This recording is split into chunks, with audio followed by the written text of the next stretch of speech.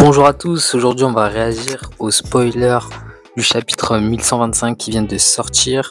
Donc je tiens à préciser que j'ai pas encore tous les spoils et je vous fais cette vidéo par rapport aux premiers spoils qui sont sortis aujourd'hui. Donc aujourd'hui on va surtout parler de la puissance de Saint-Garling Figarland. Comme nous avons pu le voir dans ce chapitre, il est devenu membre des 5 doyens après la mort tragique et bien méritée de Saturne. Déjà faut se le dire, c'est bien mérité pour ce personnage qui était littéralement exécrable et dégueulasse. Dans un premier temps, dans ce scan, on a Saturne qui expose littéralement la tête de Doberman, car Doberman lui a demandé si les paroles de Vegapunk étaient vraies. Donc déjà c'est encore du Saturne qui a toujours été autant dégueulasse. Il n'a pas hésité à tuer un vice-amiral pour une simple question, mais pour moi déjà ça c'est rien de surprenant. Donc ensuite il va se manger littéralement un karma. Donc c'est bien confirmé qu'Imu le tue. C'est aussi précisé qu'il devient vieux jusqu'à en mourir. Mais est-ce que ça viendrait donc confirmer la théorie qu'Imu aurait le pouvoir d'attribuer la vie éternelle à un personnage? Donc ça déjà c'est très intéressant. Maintenant on va parler de la promotion en grade de Saint-Garling Figarland en tant que Gorosei. Et sa promotion nous permet d'avoir deux options pour évaluer son niveau de puissance actuel. Alors la première option qui me paraît plus cohérente serait qu'il ait le même niveau que les autres membres du Gorosei. Ce serait similaire à la situation des amiraux de la marine qui ont un niveau de puissance équivalent, comme par exemple Akainu et Aokiji qui se sont affrontés pendant une dizaine de jours. Ce serait un peu la même chose par rapport aux Shishibukai qui ont eux aussi un niveau équivalent. Donc la deuxième option serait Figarland qui soit plus puissant que les autres membres du Gorosei.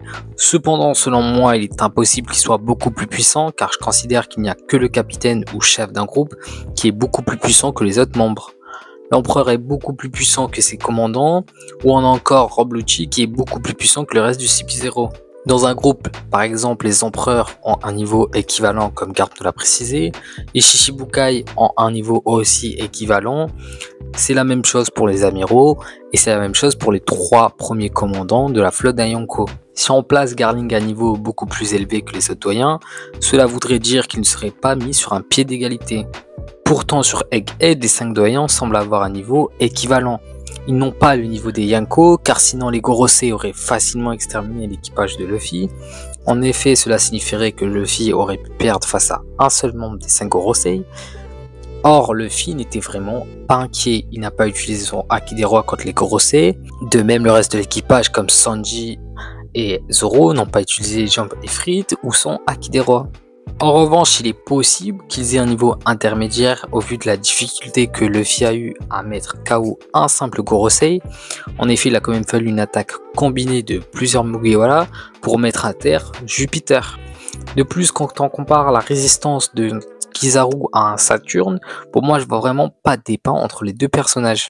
Pour moi, Garling a son apogée avec le niveau Yonko, car sur God Valley, il estime être plus puissant que Garp en voulant affronter les plus puissants à la place de la marine qui devait se charger de protéger les dragons célestes. Comme je l'ai dit dans une précédente vidéo, j'estime que Garp a son apogée avec un niveau intermédiaire. À ce moment-là, on ne se prive pas d'un Yonko pour affronter Roger, Barbe Blanche, Shiki, Rayleigh à son apogée. Rien que par aussi l'importance du groupe des Chevaliers Divins et que la crainte qu'a Dragon envers ce groupe, on peut comprendre que Garling est un personnage surpuissant qui est au moins au niveau Yonko. La question que l'on pourrait se poser c'est est-ce que Imu va attribuer un pouvoir supplémentaire à Garling en lui offrant par exemple un fruit du démon ou un pouvoir diabolique. Comme on a pu voir sur Egghead, on a vu que les 5 Gorosei avaient des capacités démoniaques qui pourraient être attribuées par Imu. Donc si Imu a la capacité d'attribuer un pouvoir supplémentaire à Garling, nous pourrions alors avoir un personnage encore plus diabolique et surpuissant. Cependant, il reste possible que Garling ait déjà un fruit du démon ou un pouvoir diabolique attribué par Imu, car Garling reste tout de même un des membres des Chevaliers Divins, donc ce serait normal qu'un personnage qui est lié au gouvernement mondial aurait un tel pouvoir. Mais aussi, il est possible que Saint-Garling Figarland ait un niveau stratosphérique sans ses pouvoirs, car nous l'avons vu dans One Piece, un personnage peut manger un fruit du démon à n'importe quel moment de son aventure, comme Teach avec le Kuragura no Mi ou même Shiryu avec le fruit de l'invisibilité. Mais ce qui est certain, c'est que ce personnage va être présent et va affronter un personnage surpuissant. Il pourra affronter Zoro en combat final pour que Zoro puisse valider le niveau Yonko. Zoro pourrait détenir aussi le titre de meilleur épéiste au monde, car selon moi, je n'ai aucun doute, Sangarling Figarland a une maîtrise de l'épée surpuissante. Après, honnêtement, on n'a pas encore vu sa façon de se battre, mais pour moi, il serait réellement possible que Sangarling Figarland ait un niveau d'escrime surpuissant. Donc Zoro, en affrontant Sangarling Figarland comme l'un de ses derniers combats, il pourrait valider son niveau Yonko et valider le titre de meilleur épéiste au monde. Mais ces spoilers nous posent aussi une autre question, mais qui va être le nouveau chef des Chevaliers du Vin. Selon moi, le personnage qui va devenir le nouveau chef des Chevaliers du Vin sera très puissant. Les Chevaliers du Vin représentent une énorme menace pour les révolutionnaires, et le chef de cette organisation se doit d'être surpuissant. Est-il le personnage dans la case où nous avons eu plusieurs personnages qui joueront un rôle majeur pour le One Piece? Selon moi, c'est possible, mais ce qui importe, c'est qu'il devrait avoir un niveau équivalent à celui de Garling.